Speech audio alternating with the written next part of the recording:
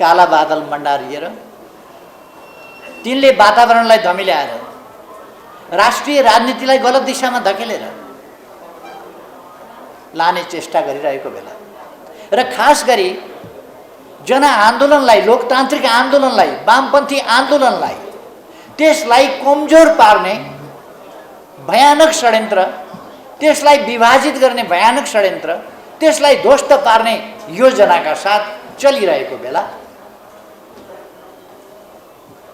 यस जनआन्दोलनलाई, यस प्रगतिशील आन्दोलनलाई जो जहाँ छ त्यहीँबाट कमजोर हुन नदिने अठोटका साथ तपाईहरू जुन उन्नति प्रगतिका साथ अप्ठ्याराहरूसँग जुधेर तिनलाई पराजित गरेर अगाडि बढ्नु भएको छ। म यसका निम्ति तपाईहरूलाई हार्दिक बधाई भन्न चाहन्छु। यस बैठकको, यस भेलाको धेरै ठुलो महत्त्व छ। तपाईहरूले केन्द्रीय कमिटीको 8औं बैठक सार्थक ढङ्गले सफल बनाउनु भएको छ र यो राष्ट्रिय भेलालाई पनि अत्यन्तै सार्थक ढङ्गले सफल बनाउनु भएको छ। यति बेला यो सफलता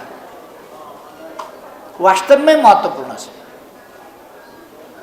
त्यसकारण मैले तपाईहरूलाई हार्दिक बधाई भनेको। अघि पछि सजिला बेलामा ठुला गफ गर्नेहरू धेरै भेटिन्छ। सजिला बेलामा त थुप्रै बात बहादुरहरू भेटिन्छ, तर अप्ठ्यारो बेलामा काम बहादुरहरू चाहिन्छ। तपाईहरूले बात बहादुर होइन, आफूलाई काम बहादुरको रूपमा स्थापित गर्नुभएको छ र आफ्नो सङ्गठनका उद्देश्य अनुरूपको वास्तविक परिचय प्रस्तुत गर्नुभएको छ भन्ने म ठान्छु।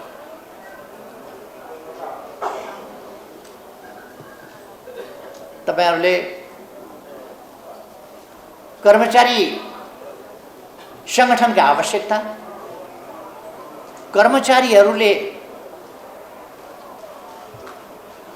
आधिकारिक ट्रेड युनियन मार्फत खेल्नुपर्ने भूमिका, त्यो भूमिकालाई कसरी प्रभावकारी बनाउन सकिन्छ आजको आवश्यकता अनुसार, तपाईहरूको सङ्गठनको उद्देश्य अनुसार कसरी प्रभावकारी बनाउन सकिन्छ भनेर तपाईहरूले जुन प्रतिनिधित्वको व्यवस्था गर्नुभएको छ त्यो धेरै महत्त्वपूर्ण छ। म तपाईहरूलाई त्यसका निम्ति पनि बधाई भन्न चाहन्छु। सङ्गठनले जो साथीहरूलाई छानेर त्यहाँ पठाउनु भएको छ, कति 10 जना कति पठाउनुपर्छ? 11 जना, 10 जना नयाँ, सबै साथीहरूलाई म बधाई भन्न चाहन्छु। अहिले पुनर्गठित ढङ्गले जब तपाईहरू आयोजक समितिमा परिणत हुनुभयो, आयोजक समितिमा पदाधिकारीदेखि लिएर सम्पूर्ण आयोजक समितिका सदस्यहरू तपाईहरूले अत्यन्त महत्त्वपूर्ण जिम्मेवारी पाउनु भएको छ। यस चुनौतीपूर्ण घडी चुनौतीपूर्ण छ। तपाईहरूको सक्रियता हिजोभन्दा डबल आवश्यकता छ। आज हिजोभन्दा बढी मात्रै होइन, 2 गुणा बढी कमसेकम तपाईहरूको सक्रियता आवश्यक छ। आज तपाईहरूलाई भत्काउन, फुटाउन, विभाजित गर्न, चुन्न, कमजोर बनाउन, मनोबल टुटाउन, अल्मल्याउन अनेक शक्तिहरू, कोही अनेक प्रकारका अनुचित अस्त्रहरूका त्रासहरू फैलाएर राज्य सत्ताको दुरुपयोग गर्ने धम्की दिएर अथवा कहिले कहिले त्यस्तो साँच्चै गरेर पनि राज्य सत्ताको दुरुपयोग गरेर अपायिक ठाउँमा अनावश्यक ढङ्गले दुःख दिने नियतका साथ सरुवा गर्ने, बढुवा जस्ता कुराहरूमा भेदभाव, पक्षपात गर्ने जस्ता कुराहरूका दागधक्कु पनि तपाईहरूलाई दिइएको छ। सँगसँगै त्यस्ता कुराहरूको शिकार बनाउन पनि थालिएको छ। अहिले नै कर्मचारीहरू सरुवा भइसकेका छन्। यस्ता कुराहरूसँग तपाईहरूले सामना गर्नुपर्ने छ र म याद दिलाउन चाहन्छु, यस सङ्घर्षको मैदानमा, यस आन्दोलनका क्रममा निजामती कर्मचारीहरूले आजको यो सङ्गठन गर्ने अधिकार र सङ्गठनात्मक यो हैसियत र सङ्गठनको यो अधिकार कुनै किस्तीमा राखेर कसैले दान दिएर पाएको होइन, तपाईहरुको सङ्घर्षबाट प्राप्त गर्नु। लोकतन्त्र आएको थियो र पायो नि भनेर कसैले भन्न सक्छ? लोकतन्त्र आफै आएको पनि होइन, कसैले ल्याइदिएर तपाईहरुलाई लोकतन्त्र दिएको होइन। लोकतन्त्रको लडाईँमा तपाईहरु अग्रभागमा हुनुहुन्थ्यो। त्यसकारण यो तपाईहरुको सङ्घर्षको प्रतिफल। जसरी जनता, समग्र जनता आन्दोलनमा छ, त्यसैगरी तपाईहरु पनि आन्दोलनमा हुनुहुन्थ्यो। तपाईहरुको योगदान छ। त्यसकारण यो लोकतन्त्र, यो सङ्गठनात्मक अधिकार र सङ्गठनको अधिकार र यो हैसियत तपाईहरुले आफ्ना मेहनतबाट, सङ्घर्षबाट, बलिदानबाट प्राप्त गर्नुभएको छ। म त्यसको प्रशंसा गर्न चाहन्छु। मैले लामो बोल्दिनँ आज, अर्को कार्यक्रममा गइहाल्नुपर्ने छ। फेरि मलाई लाग्छ मैले धेरै लामो बोल्नु पर्ने नै छैन। यहाँ थुप्रो नेताहरूले बोलिसक्नु भएको छ। महासचिवले पनि म आइपुग्दै बोली सिद्ध्याएर उहाँ हिँड्नु भएको छ। सबै पक्षबाट कुराहरू आइसकेका छन् भन्ने मलाई लाग्छ। त्यसकारण मैले धेरै कुरा भन्नु छैन। एक दुईटा कुरा मात्रै के भन्न चाहन्छु भने, तपाईहरु राष्ट्र सेवक हो। तपाईहरुले पारित गर्नुपर्ने, बेलाबाट पारित गर्नुपर्ने प्रस्तावहरू, थुप्रै प्रस्तावहरू पारित गरिसक्नुभयो कि बाँकी छ? अब पढ्न बाँकी छ। प्रस्तावहरू तयार गरेको मैले हेरेँ। ती प्रस्तावहरू अत्यन्तै उपयुक्त छन्, समग्रतालाई समेटेको छ। नियतमा चल्ने होइन, नीतिमा चल्ने। सेवा उपलब्ध गराउँदा, सरकारको काम गर्दा, जनतालाई सेवा उपलब्ध गराउँदा हामी राष्ट्र सेवकहरूले, जनसेवकहरूले नियतबाट निर्देशित होइन, नीतिबाट निर्देशित हुनुपर्दछ, कर्तव्यबाट निर्देशित हुनुपर्दछ, नियम कानुनबाट निर्देशित हुनुपर्दछ। त्यो कुरा हामीले भन्नु हुँदैन। म प्रधानमन्त्री छँदै अलिक अगाडि नेपालको दोस्रो ठुलो पार्टीले एक थरी कर्मचारीहरू भेला गर्यो र त्यहाँ एकपछि अर्को नेताको निर्देशन के गयो भने सरकारलाई असहयोग गर्नु भनेर निर्देशन गयो। म छक्क परेँ। एउटा देशका नेताले कर्मचारीलाई सरकारलाई असहयोग गर्नु भन्ने निर्देशन कसरी दिन्छ? मलाई अचम्म लाग्यो। कस्तो लोकतन्त्र हो, कस्तो लोकतान्त्रिक पार्टी हो, कस्ता लोकतान्त्रिक नेता हुन्, कस्तो लोकतन्त्र पढाएको त्यहाँ? मलाई आश्चर्य लाग्यो। म तपाईहरुलाई भन्न चाहन्छु, त्यस्ता दूषित विचारहरूबाट दुष्प्रभावित हामी हुनु हुँदैन। हाम्रो काम देशको सेवा गर्ने हो, जनताको सेवा गर्ने हो, कर्तव्यनिष्ठ भएर सेवा गर्ने हो। त्यसकारण कुन सरकार छ भन्ने कुरा होइन, आफ्नो कर्तव्य, नियम कानुन, बमोजिम नियम कानुनको परिधिभित्र रहेर आफ्नो कर्तव्य जुनसुकै सरकार आओस् तपाईहरुले सक्रियताका साथ निर्वाह गर्नुपर्छ। सरकारलाई असहयोग गर्ने होइन। सरकारलाई असहयोग गर्ने भनेको काम नगर्ने हो। काम नगर्ने भनेको देश विकासलाई अझ पछाडि पार्ने हो। यो बुद्धि त कांग्रेस र माओवादी केन्द्रको जस्तो भएन। यस्तो बुद्धिका पछाडि लाग्नु हुँदैन। हामी राष्ट्र सेवक हौं।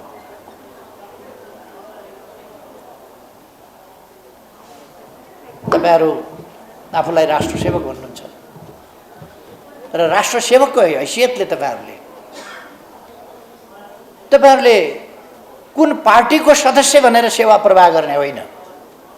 उसले प्राप्त गर्ने सेवा उसको अधिकारको कुरा हो। त्यो सेवा उसलाई उपलब्ध गराउनु तपाईहरुको कर्तव्य हो। सेवाग्राहीको सेवा प्राप्त गर्ने अधिकार र राष्ट्र सेवकहरूको सेवा उपलब्ध गराउने कर्तव्य, यस कुराबाट हामी तलमाथि हुनु हुँदैन भन्ने कुरा विचार गर्नुपर्छ। यो कहिल्यै पनि हामी तलमाथि हुनु हुँदैन। तपाईहरुको काँधमा बहुत गहन जिम्मेवारी छ। देशमा अझै पनि भ्रष्टाचार छ। देखे कारबाही गर्ने, नदेखे त फेरि नदेखेको त अब एकदम राम्रै शुद्धै भइगयो। तर हामीले नदेखिकन चाहिँ भ्रष्टाचार गर्ने गर्नु हुँदैन। हामी स्वच्छताको प्रतीक हुनुपर्दछ, स्वच्छताको उदाहरण हुनुपर्दछ, भ्रष्टाचार विरोधको उदाहरण हुनुपर्दछ र आफू पनि भ्रष्टाचार गर्न नदिने, आफू पनि नगर्ने, अरूलाई पनि गर्न नदिने नीति अवलम्बन गर्नुपर्छ। मैले प्रधानमन्त्री छँदा, प्रधानमन्त्री भएकै दिन घोषणा गरेको थिएँ, म आफू पनि भ्रष्टाचार गर्दिनँ, अरूलाई पनि भ्रष्टाचार गर्न दिन्न। त्यसले भ्रष्टाचारीहरूको मनमा ढ्याङ्ग्रो ठोक्यो। उनीहरूले सबै उस्तै त हुन् नि भनेर कहिले के नाममा उछालेको छ, कहिले के नाममा उछालेको छ, हिलो छापेको छ, यस प्रकारका दुष्प्रचारहरू सबै उस्तै त हुन् नि, तिनले भ्रष्टाचार गरे पनि उस्तै त हो नि भन्ने पार्नका लागि त्यो सब हल्ला चलाए।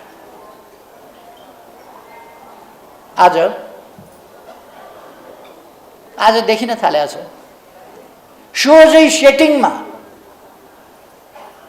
कसलाई भन्सार छुट दिने, कसलाई भन्सार नदिने, के गर्ने कसो गर्ने भन्ने यो अरबौंको खेल भइसक्यो। कसरी यति बेर यो बीचमा आएर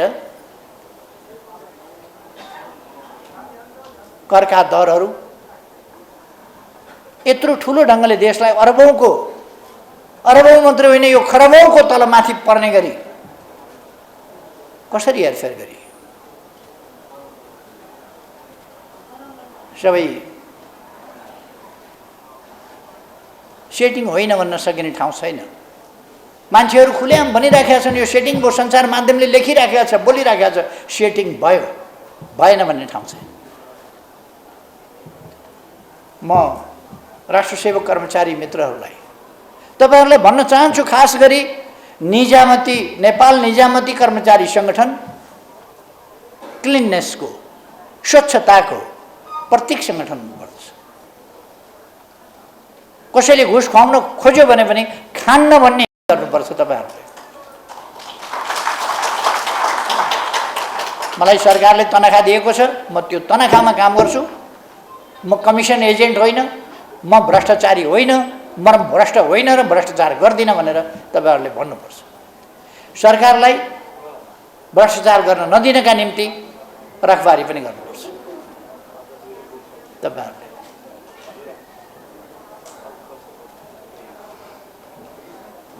तपाईहरु अब लोकतन्त्र विरोधका तरिकाहरूलाई, शैलीहरूलाई एकदम संयमित ढंगले अगाडि लानुपर्छ। यो सरकार अत्यन्तै अन्यायपूर्ण ढंगले, दमनकारी ढंगले उत्रिन थालेको छ। यो सहज ढंगले बनेको स्वाभाविक बाटोबाट आएको सरकार होइन। यो जनताबाट निर्वाचित भएर आएको सरकार होइन।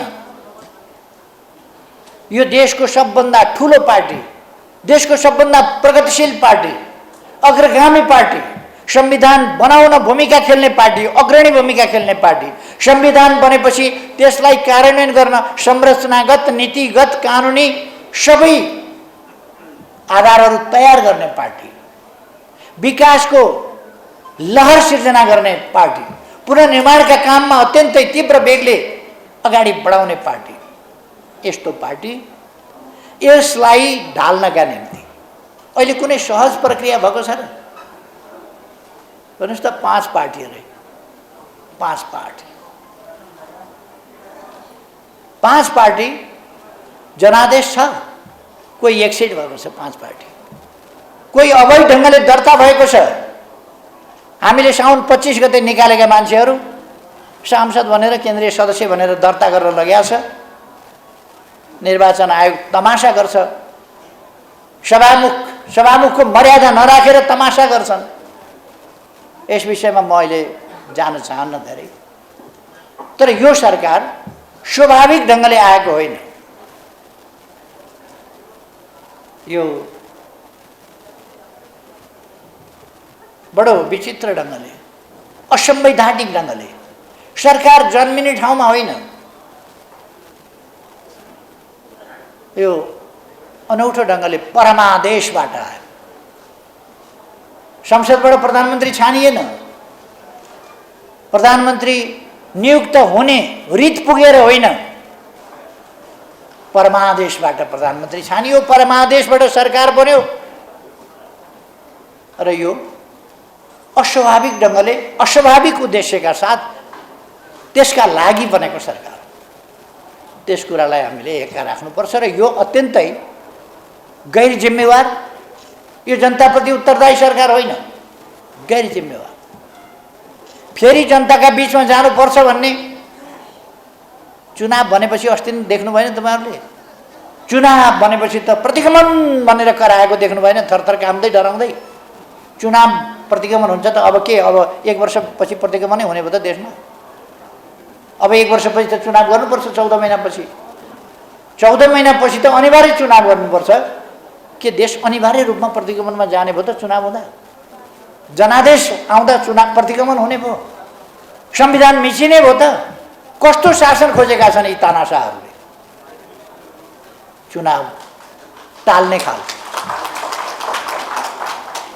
तर कुनै पनि हिसाबले चुनाव नगराएर धर छैन। चुनाव गराउन यिनीहरू बाध्य छन्। तपाईँहरूलाई अलिक दुःख कष्ट यस बिचमा दिन सक्छन्। धेरै चिन्ता नगर्नुहोस्। 14 महिनामा चुनाव हुन्छ, 15 महिनामा सरकार बन्छ। यी कता हराउँछन्, कता बिलाउँछन्।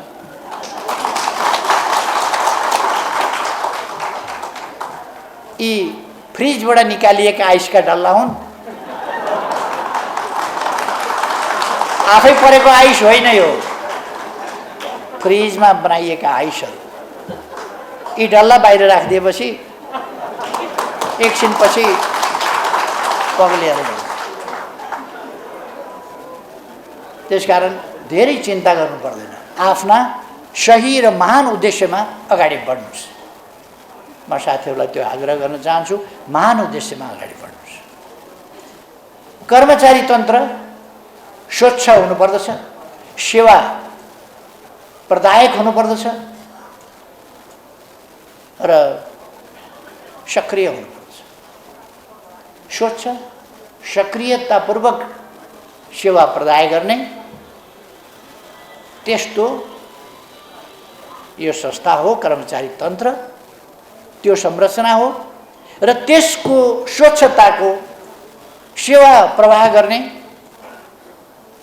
सबभन्दा प्रभावकारी ढङ्गले सेवा प्रवाह गर्ने तपाईहरु हो, तपाईहरुको संगठन हो। यसले नमुना बन्नुपर्दछ, आदर्श बन्नुपर्दछ हरेक कोणबाट। सेवाग्राही तपाईका आउँदा यो नेपाल निजामती कर्मचारी संगठनको कर्मचारी रहेछ क्यार भन्ने कुरा तपाईका आउँदा थाहा पाउनुपर्छ। फाइल रोकिएन, पैसाको आश गरिएन, पैसा खोजिएन, भोलि आउनु भनिएन। 5 मिनेट पर्खिएर पनि आज समय सिद्धियो भन्नको सट्टा 5 मिनेट पर्खिएर पनि त्यो काम गरिदिएर भोलि आउनु भनेको गाउँबाट आएको सर्वसाधारणलाई सजिलो कुरा छैन। फेरि एक रात थप होटलमा बस्नु पर्यो, फेरि 2 छाक थप खाना खाने खर्च गर्नु पर्यो। उसले सजिलोसँग त्यो पैसा ल्याएको हुँदैन। त्यो कुरालाई, त्यस मर्मलाई हामीले बुझेर, गरिबका मर्मलाई बुझेर हामीले सेवा प्रवाह गर्नुपर्छ। तपाईहरुको आफ्नो निजामती कर्मचारीहरूको हक हितका प्रश्नहरू, वृत्ति विकासका प्रश्नहरू, तपाई माथि कुनै ज्यादती अन्याय हुन नपाओस् भन्नका लागि गर्नुपर्ने कामहरू, यसका निम्ति तपाईहरुले चराएको हुने, आवाज उठाउने र सबभन्दा बढी आधिकारिक ट्रेड युनियन मार्फत सरकारसँग डिल गर्ने, सरकारलाई उपयुक्त ढङ्गले प्रस्ताव राखेर दबाब दिने। कहिले कहिले उपयुक्त सरकार भयो भने साधारण दबाब दिँदा ध्यानाकर्षण गर्दा पुग्छ। कहिले कहिले बुझाउन गाह्रो पर्ने सरकार हुन्छ त्यसलाई अलिक बुझ्ने गरी भन्नुपर्ने खण्ड पनि आउँछ। त्यस्तो अवस्थामा भरसक हामी पनि ध्यान दिन्छौँ कि सरकार जथाभावी स्वेच्छाचारी ढङ्गले नचलोस्, दमनकारी भएर नजाओस्, लोकतान्त्रिक र कानुनी राजको हिसाबले सरकार चलोस्। हाम्रो ध्यान त्यतापट्टि हुन्छ। यतापट्टिका कर्तव्यहरू पनि तपाईहरूले पुरा गर्नुपर्नेछ। आफ्नो सङ्गठन, आफ्ना सङ्गठनका उद्देश्यहरू यिनीहरूलाई लिएर तपाईहरू कर्मचारीका बीचमा व्यापक रूपले जाने। अब त हाम्रो एकता पनि भइगयो, धेरै साथीहरू झन् आइसक्नुभयो, झन् हामी मजबुत भइसक्यौँ। अब 8औं बैठकले आयोजक समिति बनाइसक्यो, अब 11औं राष्ट्रिय अधिवेशन हुन्छ। त्यसो भएपछि हामी एकदम सुरु अगाडि बढ्छौँ मात्रै भनेर हुँदैन। तपाईहरू हरेक कर्मचारीका बीचमा जानुपर्छ। जो तपाईहरूको सङ्गठनमा हुनुहुन्न ती सबै बाटो बिराएका हुन् भन्ने तपाईँले ठान्नुपर्छ। ती बाटो बिराएका हुन्, नबुझेका हुन्, आफ्नै हित नबुझेर आफ्नै खुट्टामा बन्चरो हान्ने सङ्गठनमा गएर काम गरिरहेछ। तिनलाई त्यहाँबाट उन्मुक्ति दिनुपर्छ। तिनको उद्धार कसले गर्ने? तिनको वैचारिक उद्धार। धेरै प्रकारका रेस्क्यु हुन्छन् नि, तिनको वैचारिक रेस्क्यु, त्यो उद्धार चाहिँ तपाईहरूको सङ्गठनले गर्नुपर्छ। जिल्ला जिल्लामा, कार्यालय कार्यालयमा। किन तपाईहरूको सङ्गठन ठिक छ? यस्तो हुन पर्यो भने कतै मार्क्स वितरण गर्दाखेरि पनि यस्तो सुरु गरिसकेका छन् कतिपय ठाउँमा कि पार्टीको चिन्हको मार्क्स कर्मचारीले लगाउनै पर्ने, त्यस्तो पनि वितरण गर्न थालेको छ। यस्ता कुराहरूलाई हामीले सोझै अस्वीकार गर्नुपर्दछ र त्यो हटाउनुपर्दछ। कुनै पनि कर्मचारीलाई करकाप, दबाव कुनै प्रकारकोले आफ्नो सङ्गठनमा ल्याउनु हुँदैन। फेरि हामी पनि अलोकतान्त्रिक भइहाल्छौँ। विचारले कन्भिन्स गरेर होइन, कुनै प्रकारको दबाब दिएर। हुनसक्छ कुनै ठाउँमा हामीभन्दा मातहतमा कुनै कर्मचारी होला, त्यसो भने उसलाई दबाब दिने जस्ता खालको कामहरू हुनु हुँदैन। दबाबबाट होइन, स्वेच्छाको विषय बनाउनुपर्छ। हाम्रो सङ्गठनमा प्रवेश गर्ने कुरा, सरिक हुने कुरा, सङ्गठित हुने कुरा छनौटको विषय हुनुपर्दछ। कर्मचारीहरू छनौटको विषय, रोजाइको विषय हुनुपर्दछ। हाम्रा विचार, हाम्रा व्यवहारहरूले, हाम्रा महान उद्देश्यहरूले ती उद्देश्य, विचार र व्यवहारबाट आकर्षित गरेर नै हामीले उनीहरूलाई सङ्गठित गर्नुपर्छ। तपाईँहरूको उच्च मनोबल देखेर मलाई खुसी लागेको छ। यसले तपाईँहरूलाई सफलतातिर पुर्याउँछ भन्ने मैले ठानेको छु। र मैले अघि नै भने तपाईँहरूले 10औं राष्ट्रिय अधिवेशनबाट निर्वाचित केन्द्रीय कमिटीलाई अब महाधिवेशन आयोजक कमिटीमा परिणत गर्नुभएको छ। आयोजक समितिलाई म समयमै सम्मेलन, राष्ट्रिय सम्मेलन, 11औं राष्ट्रिय सम्मेलनको सफलतापूर्वक आयोजनाको तीव्र तयारीमा जुट्न र त्यसलाई सफल बनाउन आग्रह गर्न चाहन्छु। तपाईँहरू त्यसमा जानुहोला। तपाईँहरूका प्रस्तावहरू मलाई धेरै राम्रो लागेको छ। ती प्रस्तावहरूलाई तपाईँहरूले कार्यान्वयन गर्नुपर्नेछ, त्यसमा जुट्नुहोला भन्ने मलाई लाग्छ। तपाईँहरूले एकता गर्नुभएको छ, एकतामा साथीहरू समाहित हुनुभएको छ। यो सिलसिला एउटा सुरुवात हो भन्ने कुरा ठान्नुपर्दछ। थुप्रै अझै पनि बाहिर हुनुहुन्छ कर्मचारीहरू, उहाँहरूलाई समावेश गर्दै जाने नीति, त्यो अख्तियार गर्नुपर्दछ र अरूलाई पनि समेट्दै जाने। केही मान्छेहरूले कर्मचारीहरूलाई अल्मल्याउने, भड्काउने अथवा गुमराह गर्ने काम गरिराखेका छन्। तिनीहरूका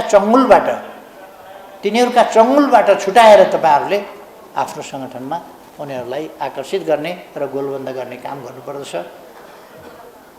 तपाईँहरूलाई सबै काममा सफलता मिलोस्।